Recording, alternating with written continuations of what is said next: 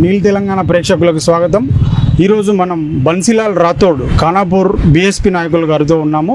అయితే ఈ మధ్యనే ఒక సంచలనం సృష్టించినటువంటి ఎమ్మెల్యే రేఖా నాయక్ గారి రేఖా నాయక్ వర్సెస్ బన్సీలాల్ ఒక మాటల యుద్ధము మరియు కేసుల యుద్ధం అనేది మనం సోషల్ మీడియాలో వైరల్ అయినది మనందరికీ తెలిసిన విషయమే. ఆ కేసు వివరాలు ఇప్పుడు ఒకసారి బన్సీలాల్ రాథోడ్ గారిని అడిగి తెలుసుకుందాం. చెప్పండి బన్సీలాల్ గారు, మీ మీద కేసు ఎందుకు పెట్టాల్సి వచ్చింది? మిత్రులారా, నేను అక్కడ నుండి ఒక గిరిజన అమ్మాయి చనిపోవడం జరిగింది. ఒక డిగ్రీ చదువుతున్న అమ్మాయి. సో ఆ చనిపోయిన అమ్మాయి దట్టు కూడా ఏదో ఖానాపూర్ అసెంబ్లీ ఉందో ఖానాపూర్ అసెంబ్లీ నుండి ఇంద్రవల్లి మండలం యొక్క మార్కెట్ కమిటీ చైర్మన్ ఉన్నారు.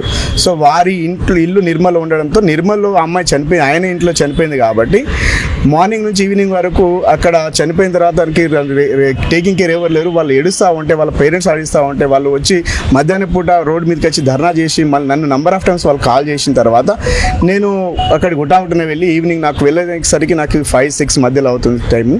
సో అక్కడ వాళ్ళకు పేరెంట్స్ మాట్లాడుతూ వాళ్ళ ప్రాబ్లమ్స్ నేను ప్రజలకు తెలపడానికి నేను చేసిన ప్రయత్నంలో నేను ప్రభుత్వాన్ని ప్రశ్నించిన టైం లోపల నేను అక్కడ ఉన్నటువంటి ఆ అసెంబ్లీ చెందినటువంటి ఎమ్మెల్యే రేఖా నాయక్ గారికి నేను ప్రశ్నించడం జరిగింది. మిత్రులారా, సో మీరు ఓన్లీ ఆమెకు కాల్ చేసి అడిగినప్పుడు మీ ఇద్దరి మధ్య మాటల యుద్ధం అనేది మొదలైంది అనుకోవచ్చా?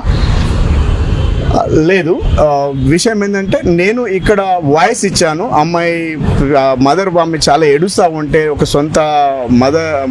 సొంత చెల్లె చనిపోతే ఎంత బాధ అనిపిస్తుంది, నాకు ఆ బాధ అనిపించింది కాబట్టి నేను అక్కడ వాళ్ళకు మీడియా ముఖంగా నేను వారికి ప్రశ్నించడం జరిగింది. ప్రశ్నించిన తర్వాత వారు నాకు కాల్ చేయడం జరిగింది. నెక్స్ట్ డే మార్నింగ్ నాకు నంబర్ ఆఫ్ టైమ్స్ కాల్ చేశారు రేఖా నాయక్ గారు.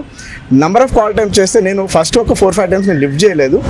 కానీ తర్వాత మరీ కాల్ చేసినప్పుడు మనం ఆన్సర్ ఇవ్వకపోతే కూడా బాగుండదు ఉద్దేశం నేను లిఫ్ట్ చేసిన తర్వాత వారు మాట్లాడుతున్నాను దూషించడం జరిగింది. ప్లస్ నన్ను దూషించడం ఒక అయితే మా అమ్మగారిని కూడా ఒక మహిళను చూడకుండా ఒక అమ్మగారు. సో మిమ్మల్ని దూషించి మీ అమ్మగారిని దూషించి మరి కేసు మీ మీద ఎట్లా బుక్ అయింది?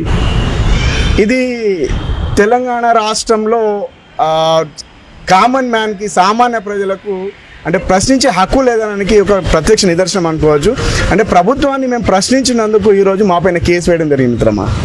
సో ఎందుకు కేసు వేశారు, ఏ విధంగా వేశారు అనేది పోలీసులు ఇప్పటివరకు మాకు ఎటువంటి కేసు ఫైల్ కాపీ ఇవ్వలేదు. సో మేము కూడా చాలా దీనికి సంబంధించి మీరు ఎలాంటి చర్యలు తీసుకున్నారు?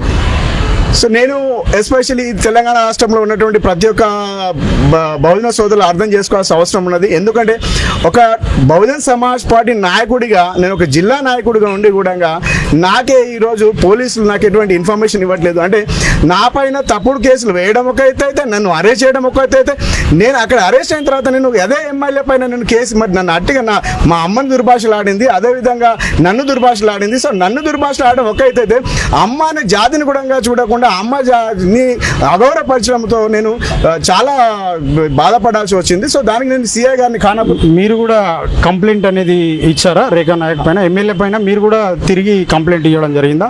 ఎస్, నేను ఖానాపూర్ సిఐ గారికి కంప్లైంట్ ఇస్తే వాళ్ళు తీసుకోలేదు. తర్వాత నేను నిర్మల్ సిఐ గారికి వెళ్ళి ఇస్తే వాళ్ళు కూడా కాపీ తీసుకోలేదు. అదేవిధంగా నేను డిఎస్పీ గారికి పోయి కలవడం జరిగింది. వారు కూడా ఒక ఏం చేయలేని స్థితిలాగా మాట్లాడారు. లాస్ట్ నేను హ్యూమన్ రైట్స్ ఏదైతే మానవ హక్కుల కమిషన్ ఉందో ఆ కమిషన్ ఈరోజు నేను కలవడం జరిగింది. అక్కడ నేను కంప్లైంట్ ఇవ్వడం జరిగింది సోదరా. ఇది ఇక్కడి విశేషాలు మిత్రులారా. ఖానాపూర్ ఎమ్మెల్యే ఒక బీఎస్పీ నాయకుడిని దుర్భాషలాడి, అంతేకాకుండా ఇతను కంప్లైంట్ ఇచ్చినా కూడా అక్కడి లోకల్ పోలీస్ అనేది యాక్షన్ తీసుకోకపోవడము ఇది ఒక హేయమైన చర్చగా మనం భావించవచ్చు. అతను ముందు హెచ్ఆర్సీని కూడా ఆశ్రయిస్తా అని చెప్పేసి నీల్ తెలంగాణతో చెప్తున్న సందర్భం ఇది. ఇక్కడి వివరాలు. జై భీమ్ మిత్రులారా. నేను మీ బహుజన గర్జన అశోక్. నేను మీ తెలంగాణ నీలి తెలంగాణ.